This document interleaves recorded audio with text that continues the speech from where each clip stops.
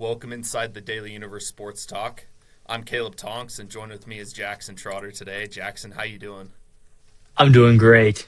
It's a beautiful day, beautiful game day eve. Excited for BYU sports and excited to talk about it with you today, Caleb. Yeah, so let's just go through the rundown here for today. So first we wanted to talk about, of course, tomorrow's game against Iowa State. But first we wanted to preview BYU's loss against Arizona at the McHale Center. And then also wanted to talk about favorite Richie moments from his career at BYU. And BYU football just released their spring roster. And so we wanted to talk about players we think are going to make the biggest impact as far as newcomers are concerned on BYU's roster. And then, of course, BYU track and field did some notable things on the track this past week. And 3 women's track and field athletes set the mile record in the same race. BYU's Riley Chamberlain set the record at 4:20.61, with Jane Hedengren at third with a time of 4:22.22. And Jackson, it's just incredible what some of these BYU athletes are doing on the track. Yeah, it's amazing. I mean, people talk about AJ, they talk about Bear, they talk about LJ Martin, like these great athletes at BYU. But honestly, the best athletes, those guys are great. The best athletes might be on the women's track and cross country team. Riley Chamberlain and Jane Hedengren, like their domination on the track is unheard of. 2 NCAA records. Riley holds the record, of course, but they both broke the old record. They're so fast. 2 of the best to ever do it at their sport, and they're pushing each other at BYU at the same time. I can't imagine a better time to be a fan of BYU track and field. They're in a renaissance for sure. Yeah, for sure. And I think we'll just continue to see them grow in their college careers here, especially Jane. She's only a freshman, so I'm excited to see what running on the track takes her in her BYU career. Amen. And so moving into BYU basketball, BYU men's basketball, they suffered a loss to Arizona over this past weekend. And they were down 35-42 at the end of the first half and giving up that late 3, which kind of set the tone for the rest of that second half. And Jackson, what were your initial thoughts on BYU's loss against Arizona? So I turned on the game, and when I started watching, I was really impressed at the way that BYU came out. All season, BYU has been a second-half team, playing poorly in the first half. Games like the Delaware game, the UConn game, those games, like BYU is down at halftime and then storms back in the second half. This game was not the case. BYU came out swinging in the first half. Keba Keita had one of his most dominant performances of the whole season. Like, is Keba Keita back? Is he back to his dominant self? And I was impressed at first, but then, like you said, the weaknesses started to prevail. And Arizona was just too good. Arizona was getting open threes, and they were making them. Kevin Young, I think his strategy may have even been to leave the threes open. Let Arizona beat us by the 3. And then Arizona did it, and Arizona executed. Whereas on the other side of the floor, BYU couldn't get it done with the open looks. And it just was overall a frustrating watch for BYU fans or for anyone watching this basketball game, cheering for BYU. What were your key takeaways, Caleb?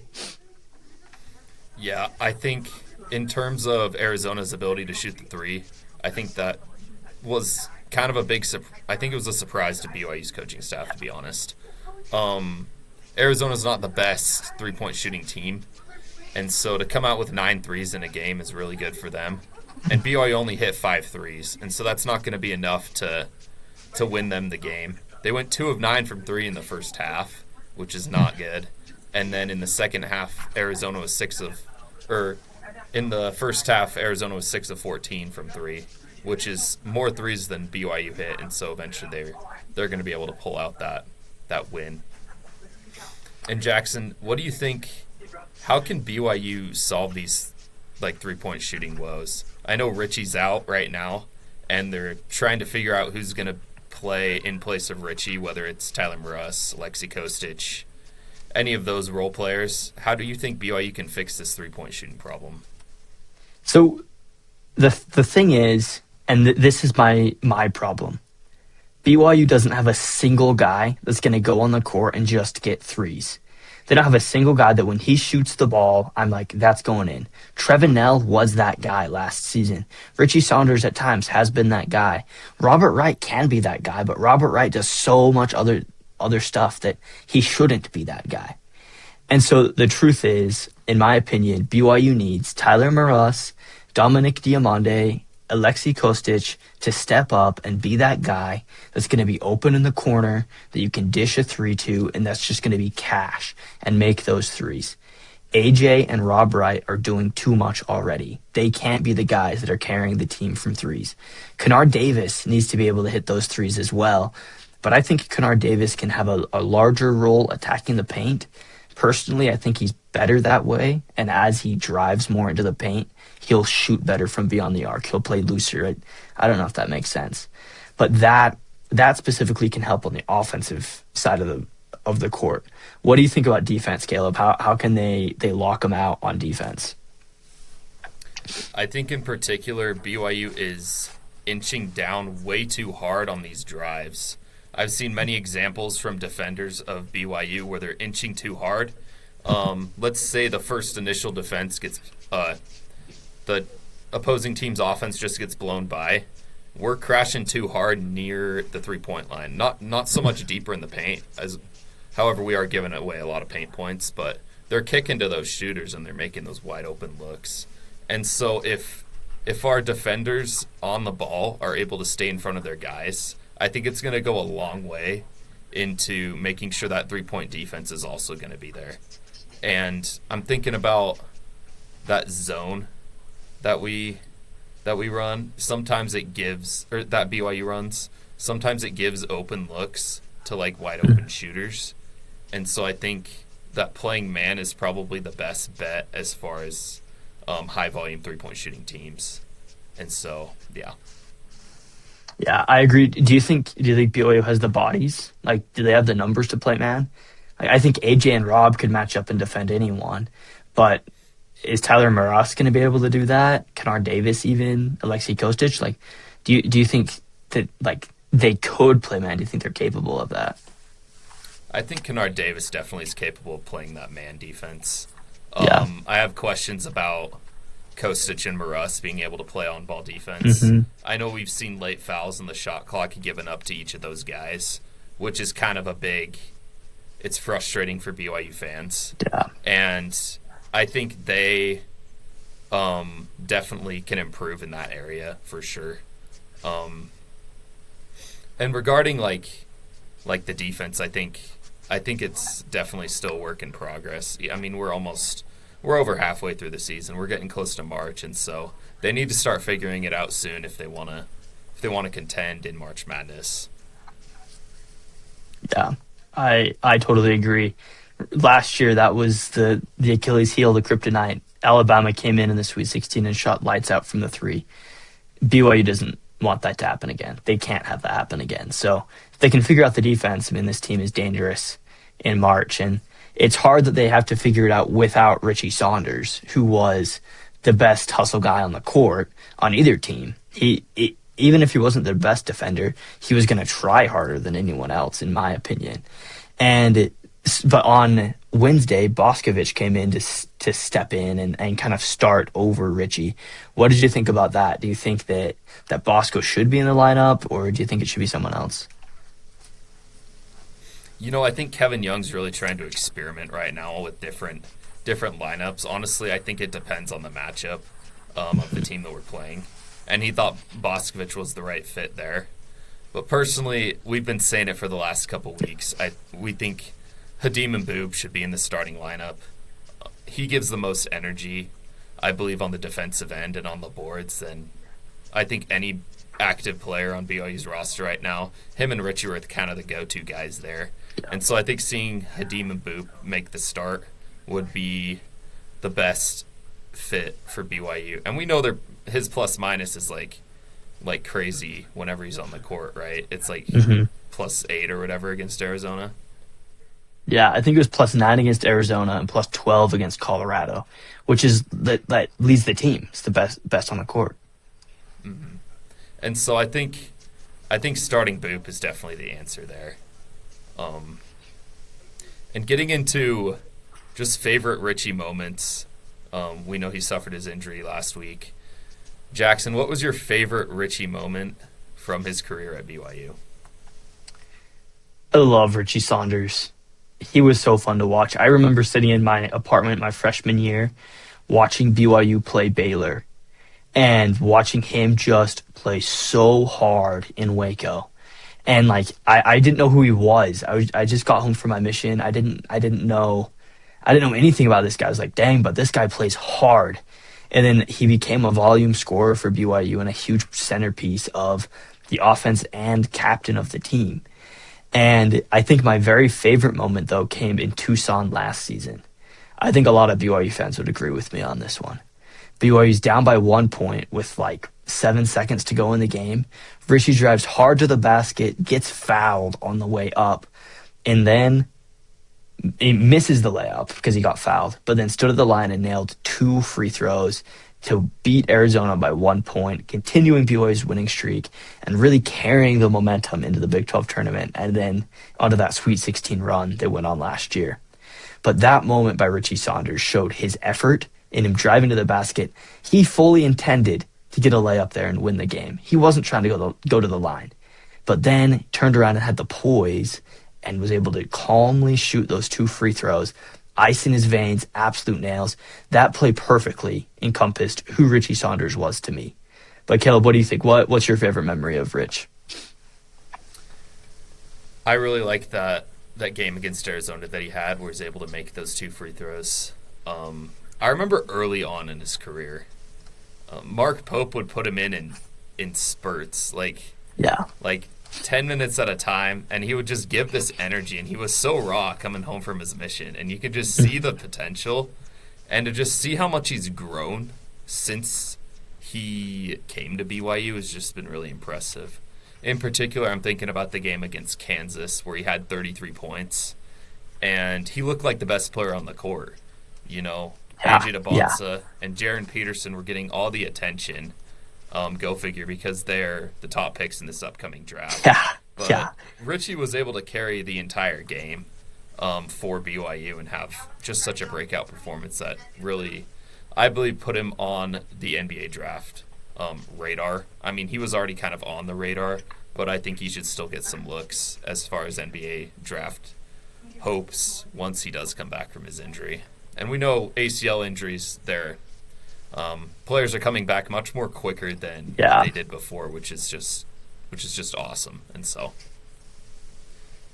yeah, prayers up for Richie. I hope he can have a good career in the NBA. I think he's cut out for it. I think he can do it. He's leveled up his game, and so I'm excited to see what he can do as his career unfolds.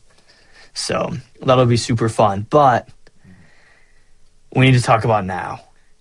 Turning the page on Arizona, closing the door. BYU has 5 games left in the regular season, one of which is tomorrow, Iowa State. You've watched a lot of Iowa State ball. Caleb, what is your perception? What is your expectations coming into this game? Iowa State's a very balanced team. I will say that right now. And some of their top players, Milan Momcilovic is averaging 18 a game, and he reminds me a lot of Dirk Nowitzki in the way he shoots the ball and the way he's able to get to his spots and just shoot over defenders. I think that will be a tough guard for BYU. And then they also have a player named Joshua Jefferson who BYU's had some history with when he was at St. Mary's, and BYU's in the West Coast Conference. He's grown a lot, and he's looking like one of their best. He's probably their best overall player. And then they also have Tamin Lipsey is still there. He's been a mainstay at Iowa State for several years now, and he's a great point guard. He's able to distribute the ball, and he's averaging about 13 a game. And so in terms of, Iowa State made a huge comeback against Houston. I guess it wasn't that big, but it was like a 10-point comeback, it felt like. Mm-hmm. To go and win that game by 3 at home was a really big win for them. And they've won their last 2 games, I believe, against or not Iowa State, against Houston and against Kansas, right? Was that the last Yeah, two teams they yeah, beat? Houston and Kansas. Yeah.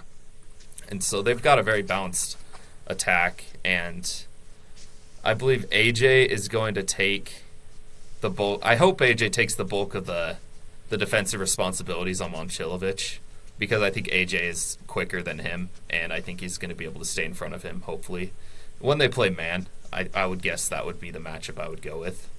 And then Boop on Jefferson, I really like that matchup with Boop on Jefferson if he's able to come to take responsibility and defend Jefferson. I think that could be a really good matchup for BYU. Yeah, who would have thought Hadim Boop and AJ DeBonsta would be not only sharing the court together 5 years ago, you told me that, but they would be the two guys that are like, okay, we need these two guys to gel, play defense together, and beat Iowa State. Which Caleb, I think it's possible. I think BYU can do it on Saturday. Iowa State's a complete team, top to bottom. So good. One of the best in the conference. They'll probably be a 2 or a 3 seed in the NCAA tournament. They're ranked 6th in net. They're just off the walls good. They're 23-3 overall on the year. But this is what sticks out to me. Those 3 losses came at Kansas. It's the fog. Like, sure, I'll give it to them. But then at Cincinnati and at TCU. Cincinnati and TCU are not great opponents, and they're I'll give them their flowers. Like they're good, but they're not. It's not Houston. It's not Kansas. And so Iowa State coming into the Marriott Center, I think gives BYU a huge advantage. They're 500 in Big 12 road games. 3 losses, 2 head-scratching losses for Iowa State.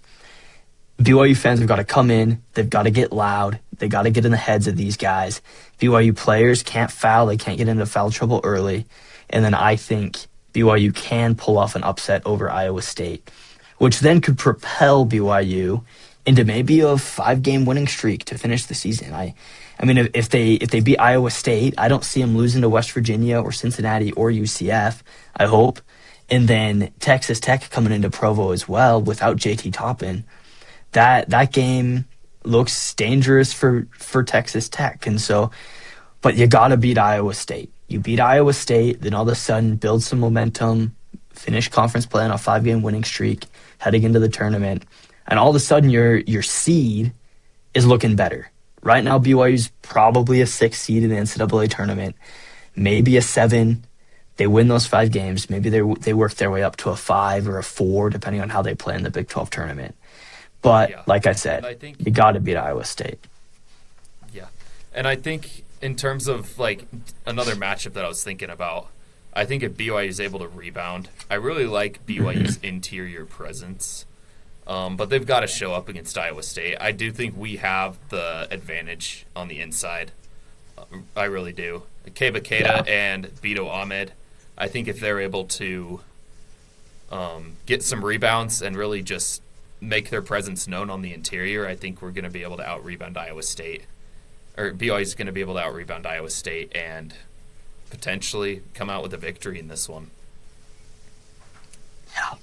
It's exciting stuff, and I love to see it, and it makes me excited. Games like this make me excited for March, excited for the NCAA tournament, and I just am really hoping that BYU can get it done for the sake of the Big 12 conference and for the sake of a good seed in the NCAA tournament. Mm-hmm. And so we wanted to talk about BYU seed, just bracketology a little bit, and BYU seed coming up in the NCAA tournament. And Jackson, do you think BYU's seeding will take a hit without Richie Saunders? Yes, I think it will. BYU doesn't really have any great quad 1 wins. They have quad 1 wins, so those are good. But with Oklahoma State's recent loss, that loss has gone down to a quad 2 loss. And so now they're not undefeated outside of quad 1, and they just haven't done enough, I think, to really argue being a 4 seed or a 5 seed. Right now they're firmly sitting at a 6 or a 7, And without Richie Saunders, that could even go down even more, depending on how these next games play out. But I think that they've already taken a hit. I hope they don't fall more. They might fall more. But what do you think? What's your opinion on that one, Caleb? I think BYU needs to take advantage of some of these opportunities that they got, especially this Saturday against Iowa State, and then the senior night against Texas Tech. I think that Texas Tech game does look a lot more winnable without JT Toppin and Texas Tech, and I think BYU could be able to pull off, if not both, just one of those games. I think would go a really long way. And then, of course, you see how you can do in the NCAA tournament and eventually get your seed. Mm-hmm. And so BYU football, we wanted to just transition just a little bit to BYU football and talk about newcomers from the transfer portal and off from missions and just these new additions for BYU football's roster. They just announced their spring camp roster. And so, Jackson, who do you think is going to be the most impactful newcomer on BYU's roster? One on offense and then one on defense.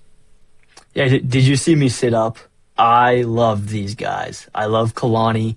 I love his dogs. I'm so excited for this spring football season and excited for the football season in the fall. But as far as guys to watch, BYU's transfer class was immaculate. Not losing anybody in the portal, first off, is huge. Faletau Satuala might be the best get from the transfer portal, just the fact that he's staying and he's not going anywhere. But as far as players coming in, there's two guys I have my eye on. Cade Ululave, huge get at linebacker. He was an all-ACC player. Anytime you can get an all-conference player at any position, it's going to be really good, really strong to add to your defense or offense. But Cade, he'll be a great linebacker to kind of fill in for those shoes, those big shoes Jack Kelly lost. And then playing with Isaiah Glasker, I think that they'll be able to lock it down. And even Sialia Sarah in that mix, those three guys are going to be dominant. Depending on how they shake up, I know Cade's played a little bit of middle linebacker, most of the middle linebacker, so I'll be interested to see that dynamic there. But I'm so excited to watch him play. And then over on the offensive side of the ball, Walker Lyons is the tight end that I really have my eyes on. BYU's receiving room, so the wide receivers and tight ends, is wide open right now. They don't really have any huge contributors coming back. JoJo Phillips is probably the biggest name coming back. But then there's no tight ends, like big pass-catching tight ends. And so I think Walker Lyons can really be that guy that can come in and fill a Carson Ryan-esque role, have 600, 700 yards, and just really dominate defenses and be Barrett Bachmeier's best friend, consistently getting open downfield, consistently opening up and blocking in their run game. And just, I think Walker Lyons can be dominant at tight end for BYU. But what transfers are you watching out for, Caleb? Who are you excited to see? Yeah, I like how you mentioned Cade Ululave. I think he's going to be the biggest impactful transfer on defense. I believe it was first team all ACC when he was at Cal. And so I think that's going to be a big addition for BYU. And I just like how they retained everybody on defense and didn't have very many newcomers, or I guess returning. They have a lot of returning starters, I guess is what I'm saying, on defense. And then on offense, I really like how you mentioned Walker Lyons. I'm really hoping some of the depth at receiver is able to kind of solidify itself. We know JoJo Phillips is returning, but Kyler Casper is a name I think we need to look out for if he's able to stay healthy. He is a 6'6" wide receiver. If you think about receivers from like yesteryear of Mitch Matthews and Nick Kurtz, Kyler Casper kind of reminds me of that build. He's able to make contested catches, I believe, at least on some of the tape that I've seen. And if he's able to be a solid rotational guy for BYU, I think that would go a long ways for BYU. And then we just wanted to talk about that overall receiver depth as well. in terms of receiver depth, I like JoJo Phillips and potentially Cody Hagan at the slot with Parker Kingston no longer being on the team. And who else do you think might be able to step up at receiver, Jackson? So I think JoJo and Cody Hagan are two guys that can step up, that we expect them to step up. But then I think guys like Jaron Pula coming in as a true freshman, I think he can have a really big role on the team as a true freshman. He has the frame, he has the speed, he has the athleticism. I think he'll be really great. Legend Glasker, also a true freshman. I believe he's Isaiah Glasker's cousin, but he'll have a legendary freshman season, I think. Again, contributing as a true freshman. And then another name to watch for is Tay Nakua. Tay, I've heard, and you never know about the rumor mill, right? But I've heard that Tay is the most athletic out of all of the Nakua boys. And so I'm anxious to see him contribute in the receiver room, and I think he will. I think that he can play great. If he can keep his cool. He played in like a handful of plays last year and got an unsportsmanlike conduct. So hopefully he can keep his cool and just dominate on the field and not dominate with his mouth, I guess. But I think that there's so much potential, so much upside to the receiver room, but we just need somebody to step up and kind of be the flag bearer and carry the torch for that room. But what guys are you watching for? Yeah, I think the tight end room in particular is going to be able to take some of that burden off of like the pass catching duties of the receiver room. I think Walker Lyons and Roger Saliapaga in particular are going to be able to potentially give BYU some much needed relief as far as catching in the pass catching. JoJo Phillips, we already kind of mentioned. I think potentially Tiger Bachmeier in the slot as well. His chemistry with Bear, I think Tiger, if he's able to make some steps forward, is going to be able to have that impact at slot. And then I believe, I like the freshman that you mentioned, Jaron Pula and Legend Glasker. They're both some of the best receivers to come out of the state of Utah in recent years, and so I think we could potentially see some special things from each one of them. Yeah. And I just had this idea, who in the Big 12 is going to be able to stop BYU if they come out with Walker Lyons at tight end, JoJo Phillips as a wideout, and Kyler Casper as a wideout? That size is impressive. Like, those guys are huge, and they're huge targets for Bear Bachmeier. And then with LJ Martin in the backfield, it can get dangerous really fast for these defenses. And I think BYU it'll be a feast year on offense is really what I'm hoping for. Mm-hmm. And to mention that, I like the getting out of the breaks in the slot too. Whoever's that guy in the slot might get quite the looks if those exactly those guys are able to get a lot of attention on the outside. It's like the underneath is going to be wide open for BYU. Yeah, you've got these big guys running downfield, pulling DBs deep, and then you have little speed guys like Cody Hagan or Tiger Bachmeier. Little is relative. I'm 5'9". I am little. These guys are bigger than me. But you have these speedsters that are a speed mismatch for linebackers just getting open. And I think it can be a really devious, really, really dangerous offense for BYU to run. And it makes me excited. And then again, LJ Martin leaking out into the flat and then just running between the tackles. Like, the offense is going to be dangerous. It's the most excited I've been for a BYU offense since like 2021.